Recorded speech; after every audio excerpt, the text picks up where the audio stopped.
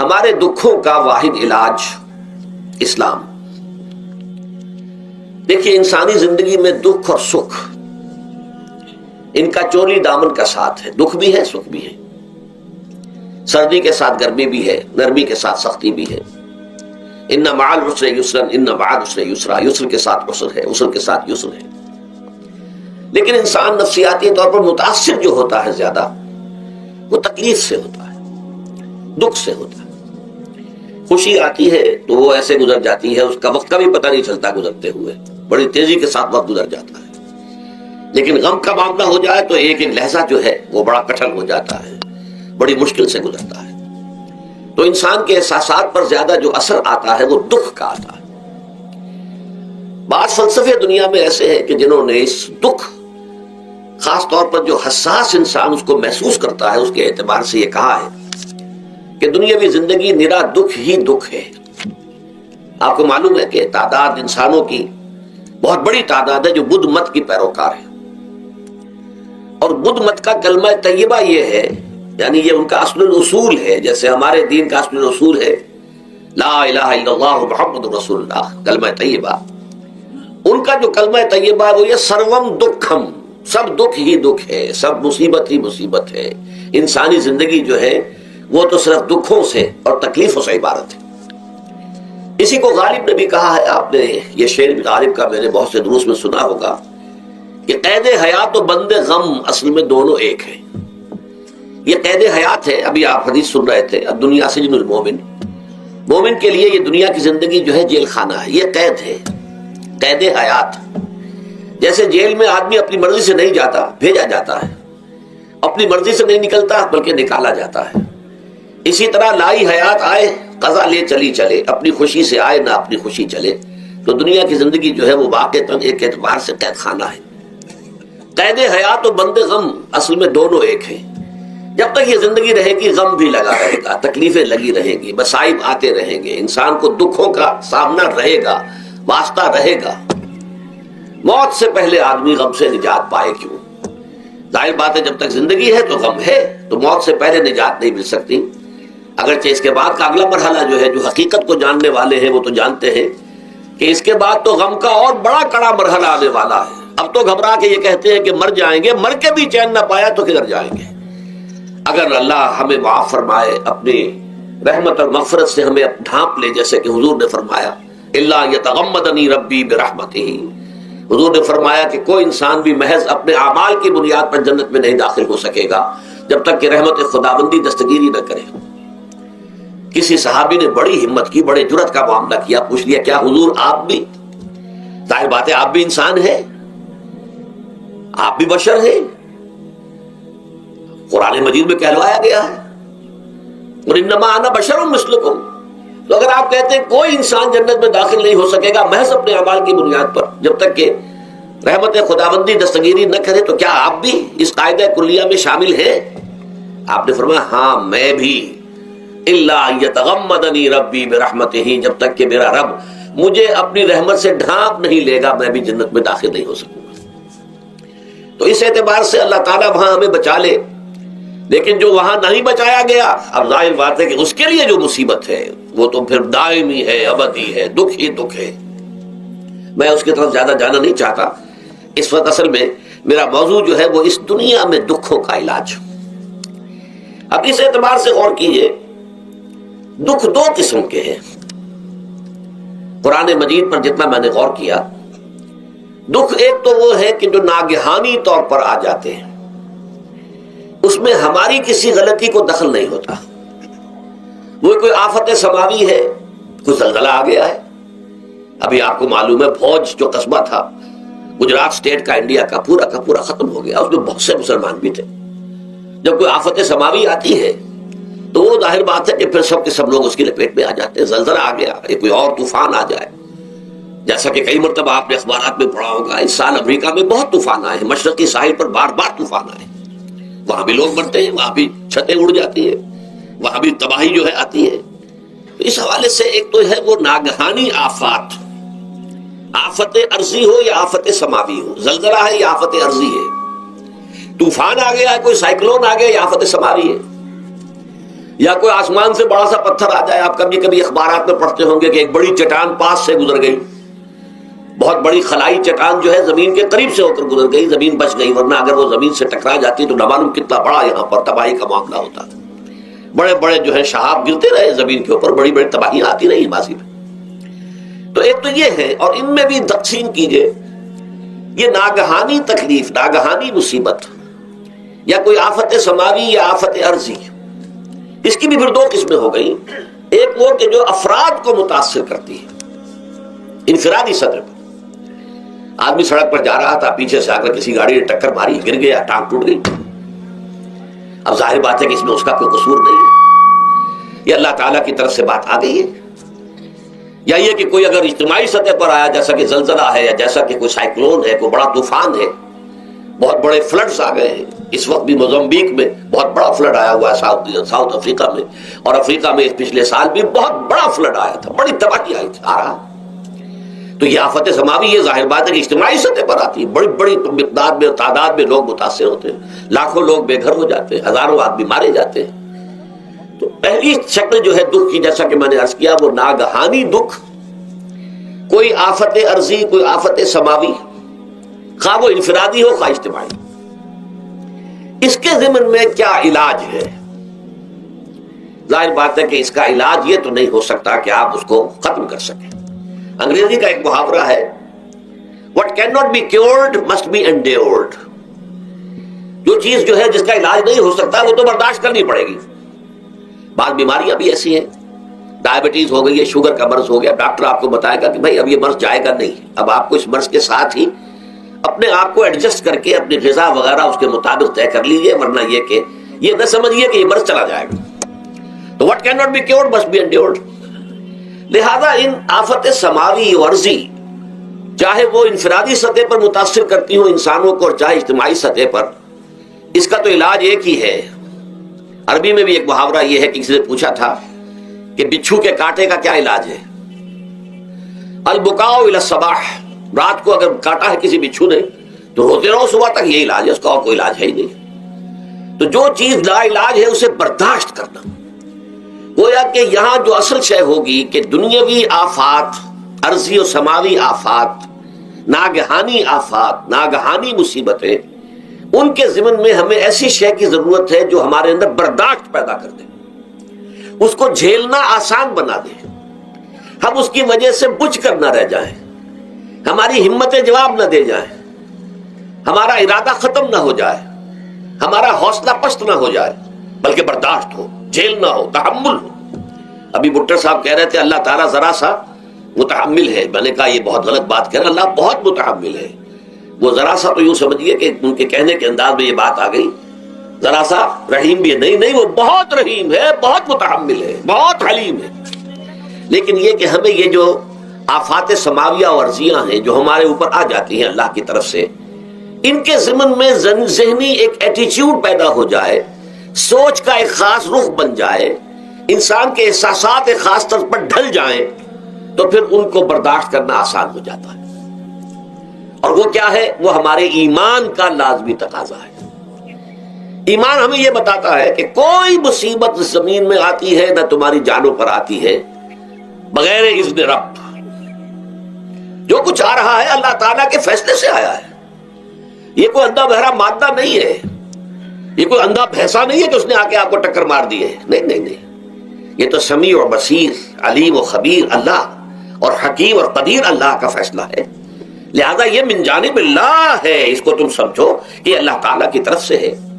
اور جب اللہ کی طرف سے ہے تو سورہ آل عمران میں فرمایا بیدہ الخیر, اس کے ہاتھ میں تو خیر ہی خیر ہے. یعنی بظاہر تمہیں محسوس ہوتا بھی ہو کہ یہ میرے لیے تکلیف دہ بات آ گئی ہے, تو اس کو یوں سمجھو کہ اس کا نتیجہ جو میرے حق میں نکلے گا وہ خیر ہوگا. فوری طور پر تو تکلیف ہے, مجھے اچھی نہیں لگ رہی, ناگوار ہے, لیکن نتیجہ اس کا خیر نکلے گا. جیسے بچہ بیمار ہے, ماں اسے دوا پینے پر مجبور کر رہی, کڑوی دوا ہے, وہ تو سمجھتا ہے مجھ پر بڑا ظلم ہو رہا ہے.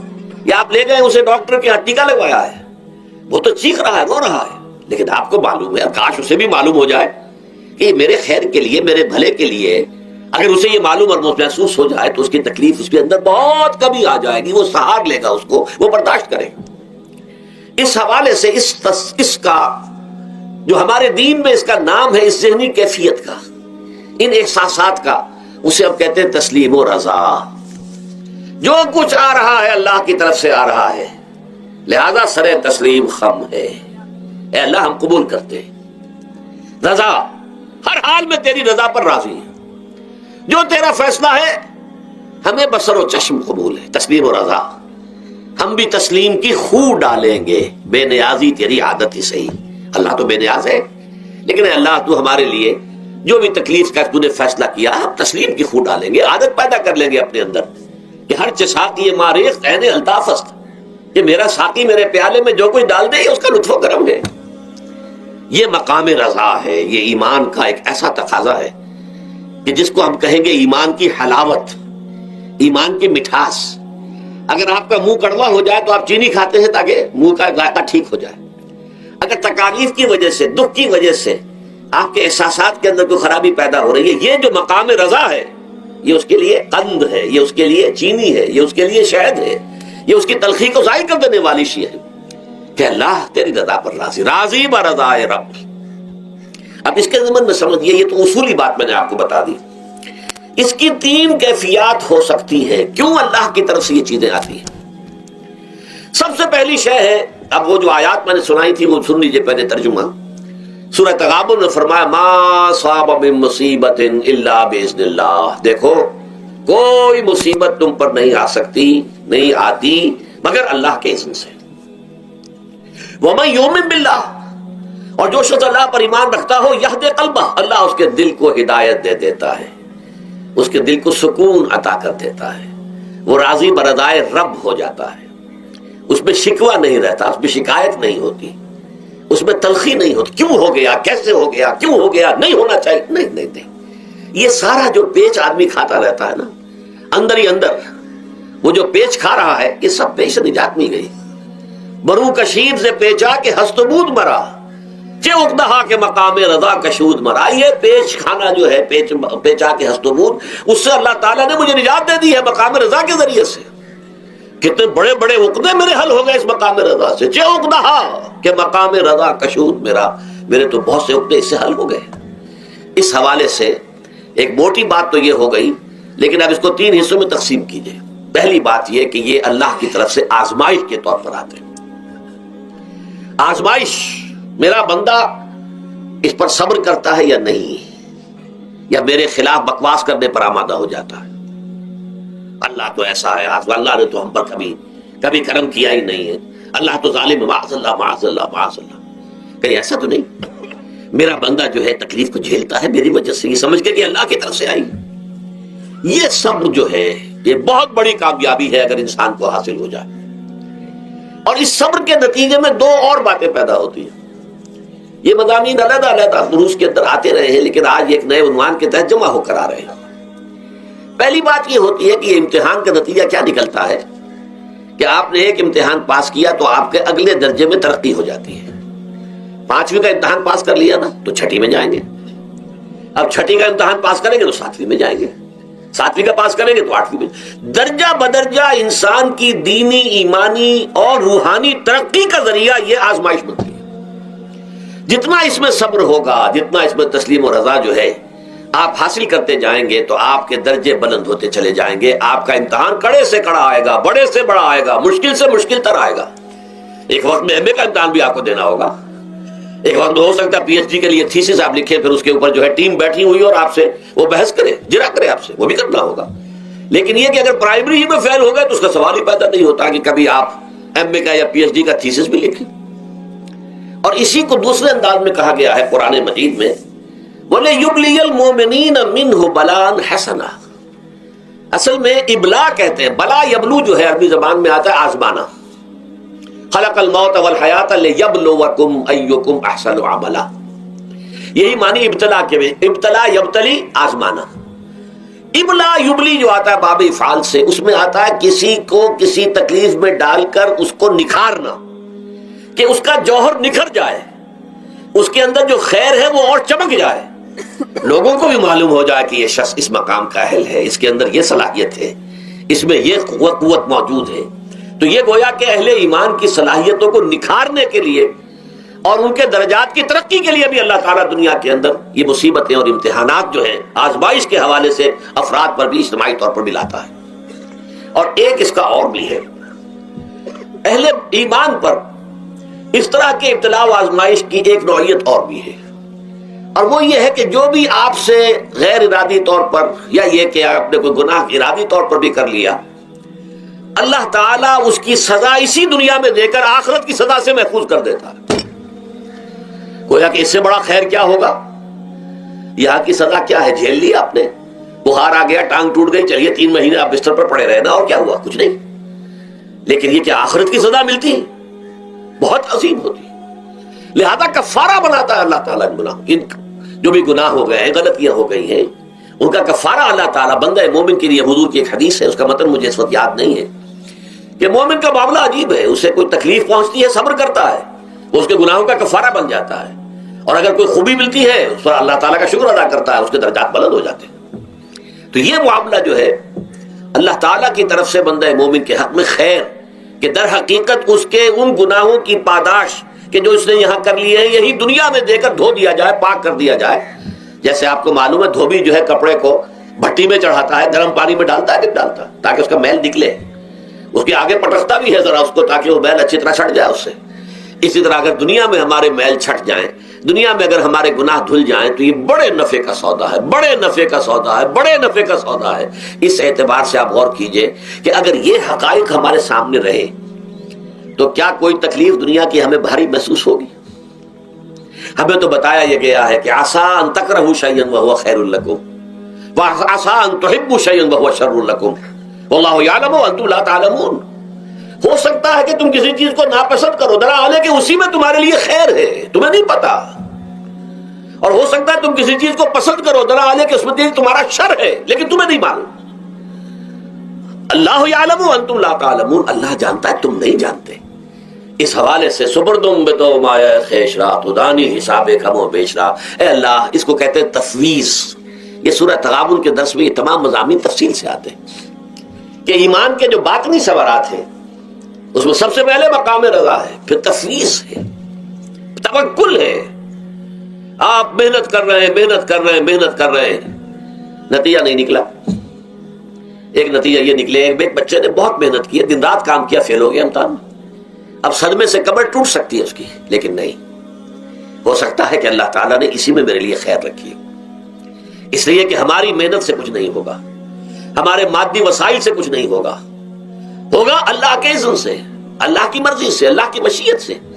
یہ ہمارے لیے خاص طور پر اس اعتبار سے بہت اہم نقطہ ہے، ہم سب راہ حق کے مسافر ہیں، اپنے اپنے بس پڑتے محنت کر رہے ہیں، وقت بھی صرف کر رہے ہیں، مال بھی صرف کر رہے ہیں، محنت کر رہے ہیں، مشقت کر رہے ہیں، لیکن فرض کیجئے جیسا کہ ہے فی الواقع، فرض کیا کیجئے، وہ تو واقع سامنے کی بات ہے، نتائج نکلتے نظر نہیں آ رہے، قدم نہیں بڑھ رہے، ہماری طرف لوگوں کا رجوع عام نہیں ہے، ٹھیک ہے، اس پر قطعاً بدل ہونے کی بات نہیں، یہ اللہ تعالیٰ کی مشیت میں ہوگا، جب وہ چاہے گا تب ہوگا، ہمارا کام یہ کہ اپنا فرض ادا کیے چلے جائیں بس، اور نتیجے سے بالکل ذہن کو اپنے منقطع کر لیں، ذہن کا کوئی تعلق آپ کے نتیجے کے ساتھ نہ رہے۔ یہ جب تک کیفیت ہماری نہیں ہوگی، ہم اس راہ پر استقامت اور مدام اس پر محنت اور جد و جہد کرنا جو ہے وہ ہمارے لیے ممکن نہیں رہے گا۔ اس کے لیے میں اگر آپ کے سامنے رکھوں معاملہ کہ حضور صلی اللہ علیہ وسلم کے جو پہلے 10 برس ہیں، جب سے آپ کو آغاز ہوا ہے وحی کا، اس کے بعد سے پہلے 10 برس دن رات کی محنت، شدید مشقت، یہاں تک کہ اللہ بھی روک رہا ہے، نبی آپ اپنے آپ کو ہلاک کر لیں گے، لعلک باخع نفسک الا یکونوا مؤمنین، کیا آپ اپنے آپ کو اس صدمے میں ہلاک کر لیں گے؟ یہ ایمان نہیں لا رہے، اس قدر صدمہ۔ لیکن اس کے ساتھ یہ ہے کہ یہ نہیں ہے کہ نتیجہ نہیں نکل رہا تو کام چھوڑ کے بیٹھ جائے، نہیں، معاذ اللہ، معاذ اللہ، نتیجہ نہ نکلے تو حضرت نوح علیہ السلام کی عمر بھی اگر حضور کی ہوتی 950 برس بھی حضور دعوت دیتے تھے، آپ کا کام تھا، آپ کا فرض تھا۔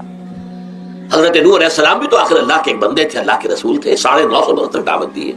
فَلَبِثَ فِيهِمْ أَلْفَ سَنَةٍ إِلَّا 50 عَامًا، یہ تو ہم مانتے ہی نا. اگر قرآن کے اندر نص قطعی صریح الفاظ نہ ہوتے کہ 950 برس تک رہے, ورنہ یہ بات سمجھ سے بالا تر ہے. عام طور پر معلوم ہوتا ہے کہ اس دور میں ابھی عمر زیادہ تھی لوگ. بہرحال جو میں نے عرض کیا تھا کہ دکھ جس سے انسان متاثر ہوتا ہے اس کی ایک قسم وہ ہے کہ جو ہمارے ارادہ اور اختیار سے باہر, اللہ کی مشیت سے, اللہ کے اذن سے, اللہ کی مرضی سے آتا ہے. اس کے لیے ہمارا کام صرف برداشت ہے. جو شے بھی ہمیں برداشت کی صلاحیت عطا کر دے وہی اس کا علاج ہے. جیسے آپ کو معلوم ہے کہ بخار بہت تیز چڑھا ہوا ہے, اس کی دوا نہیں ہے اسپرین یا کوئی اور پیراسیٹامول, بخار کی شدت کو کم کر دے گا, وہ کوئی علاج نہیں ہے. علاج تو ہوگا اگر معلوم ہو کہ کون سے جراثیم ہے, کس کی وجہ سے ہے, اس کا صحیح اینٹی بایوٹک کون سا ہے, وہ علاج ہوگا. یہ علاج نہیں ہے. لیکن اس کی شدت کی کمی اور اس کے اندر جو احساس ہے جھیل جانے کا, وہ انسان کے لیے آسان ہو جاتا. یہی مضمون آیا ہے سورہ حدید میں بھی, ما اصاب من مصیبت فی الارض ولا فی انفسکم. یہاں کھول دیا اس مضمون کو. میں نے عرض کیا تھا نا کہ یہ آفت سماوی بڑے پیمانے پر بھی ہو سکتی ہے زمین میں, یعنی زلزلہ آ گیا, فلڈ آ گیا, طوفان آ گیا.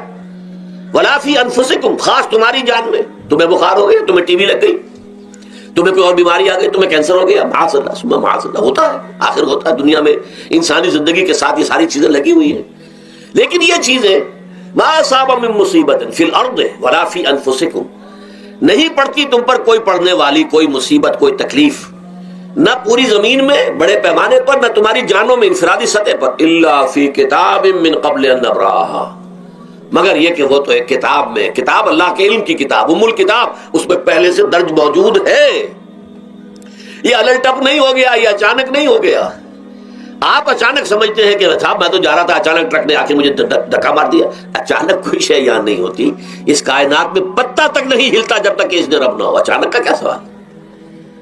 تو در حقیقت جو ہوتا ہے وہ اللہ تعالیٰ کے علم میں پہلے سے ہے, علم کامل. ما کان وما یکون, جو کچھ ہوا ہے, جو کچھ ہوگا, مستقبل, ماضی, کل کا کل, آنے واحد میں اللہ کے علم میں موجود ہے. لہذا یہاں اچانک کچھ نہیں ہوتا. جو بھی آیا ہے اللہ کے اذن سے آیا ہے, اور یہ پہلے سے اللہ کے علم کے اندر موجود تھا, لکھا ہوا تھا. الا فی کتاب من قبل ان نبراها ان ذلک علی اللہ یسیر. کہ تمہیں تو مشکل نظر آئے گا لیکن اللہ پر بڑا آسان ہے. اللہ کا علم کامل, ما کانا ما یکون کو حاوی ہے.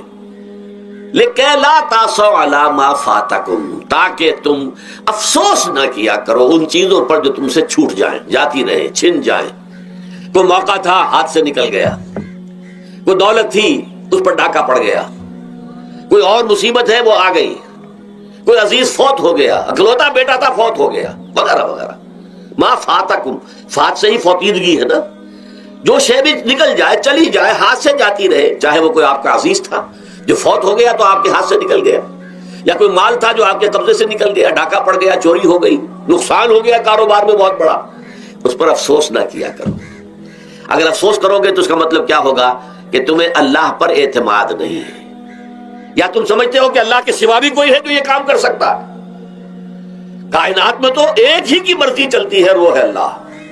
لہذا اگرچہ وہ کسی کے ذریعے سے تکلیف آپ کو پہنچی ہے, کسی نے آپ کو پتھر مارا ہے, وہ پتھر ہو سکتا ہے آپ کو نہ لگتا, لگ گیا ہے تو اللہ کے فیصلے سے لگا ہے. اس کا باپ بھی نہیں پتھر مار سکتا آپ کو اگر اللہ کا اذن نہ ہو. لہذا آپ پتھر مارنے والے کو بھی مجرم سمجھیے, ٹھیک ہے, اس سے بھی قصاص لینے کا آپ کو حق ہے, لیکن یہ جان لیجئے کہ جو آیا ہے پتھر وہ اذن رب سے آیا ہے. اب ظاہر بات ہے کہ اگر یہ کیفیت ہوگی تو غصہ اتنا نہیں ہوگا اس شخص پر کہ جس نے یہ کام کیا ہے, بلکہ ہو سکتا ہے آدمی مسکرا کے رہ جائے. جیسے کہ وہ میں واقعہ سناتا رہا ہوں اپنے دروس میں کہ ایک درویش مرش آدمی جا رہا تھا, جو رب کرے سو ہو, جو رب کرے سو ہو, جو رب کرے سو ہو. کسی شخص نے پتھر اٹھا کر دے مارا, اس کے سر پہ لگ گیا کہ اس نے پیچھے پلٹ کر دیکھا کس نے مارا ہے. اس نے کہا مجھے کیا دیکھتے ہو, جو رب کرے سو ہو, یہ تو رب کے مارے سے. اس نے کہا مجھے تو یہ پتھر رب کے مارے ہی لگا ہے, لیکن میں دیکھ یہ رہا تھا بیچ میں کس کا منہ کالا ہو گیا, اپنے لیے کس نے ایک گناہ کما لیا, اپنے لیے کس نے ایک مصیبت جو ہے وہ مول لے لی, وہ بیچ میں تم آ گئے ہو. پتھر اللہ کی طرف سے آیا ہے, لیکن اس کا عذاب, اس کا وبال تم پر آ جائے گا. بہرحال یہ تو میں نے عرض کیا آپ کے سامنے, وہ چیزیں کہ جو آ جاتی ہیں, وہ تکالیف, وہ مسائل جو اللہ کی طرف سے من جانب اللہ ہے, اس میں آپ کسی کو مورد الزام نہیں ٹھہرا سکتے, وہ آپ پر آ گیا. دوسری تکلیفیں وہ ہے جن کے لیے فارسی میں کہتے ہیں خود کردہ، اپنے ہاتھوں جو مصیبتیں آتی ہیں۔ اس کے لیے میں نے آپ کو سورہ شورى کی آیت سنائی ہے، ما اصابکم من مصیبت فبما کسبت ایدیکم ویعفو عن کثیر۔ جو مصیبت بھی تم پر آتی ہے انسانوں، وہ تمہارے اپنے ہاتھوں کے کرتوتوں کی وجہ سے آتی ہے، اور ابھی تو اللہ بہت سی چیزوں کو تو معاف بھی کرتا رہتا ہے، ہر تمہاری غلطی پر پکڑتا نہیں ہے، ہر خطا کے اوپر تمہیں سزا نہیں دیتا ہے، کوئی سزائیں معاف بھی کرتا رہتا ہے، عفو و درگزر سے بھی کام لیتا ہے، بہت متحمل اور حلیم بھی ہے، بہت رحیم اور غفور بھی ہے اور کریم بھی ہے۔ لیکن یہ کہ یہ جان لو کہ ایک مصیبتیں وہ ہیں جو تمہاری اپنی پیدا کرتے ہیں، بما کسبت ایدیکم، تمہارے اپنے ہاتھوں کی کمائی۔ یہ کون سی خود کردہ؟ یہ در حقیقت ہے اجتماعی نظام جو انسان بناتا ہے، اس اجتماعی نظام کو غلط کر کے اگر اس نے اپنے لیے مصیبتیں کھڑی کر لی۔ مصیبت ہے لیکن یہ مصیبت تمہارے اپنے ہاتھوں کی لائی ہوئی ہے، تم نے نظام غلط بنایا ہوا ہے، تم نے دولت کی تقسیم غلط کی ہوئی ہے، اللہ نے تو رزق پیدا کر دیا اور سب کے لیے کافی ہے، یہ تم نے کیا ہے کہ ایک طرف کچھ لوگوں کے کھتے بھرے ہوئے ہیں اور ایک طرف کوئی فاقے سے مر رہا ہے، یہ خود کردہ ہے، یہ ہمارا کبھی ہے، یہ تم نے نظام غلط بنایا ہے، یہ جو نظام کے اندر خرابی ہے یہ تمہاری اپنے کرتوت ہے، تم نے خود نظام کے اندر غلطی رکھی ہوئی ہے، ناانصافی گھولی ہوئی ہے، اس کا زہر گھولا ہوا ہے، یہ تمہارے اپنے کرتوتوں کی وجہ سے، اور اس کا علاج تمہیں کرنا پڑے گا خود، اور وہ علاج کیا ہوگا؟ نظام کو صحیح قائم کرو، اللہ کا دیا ہوا نظام، نظام عدل و قسط،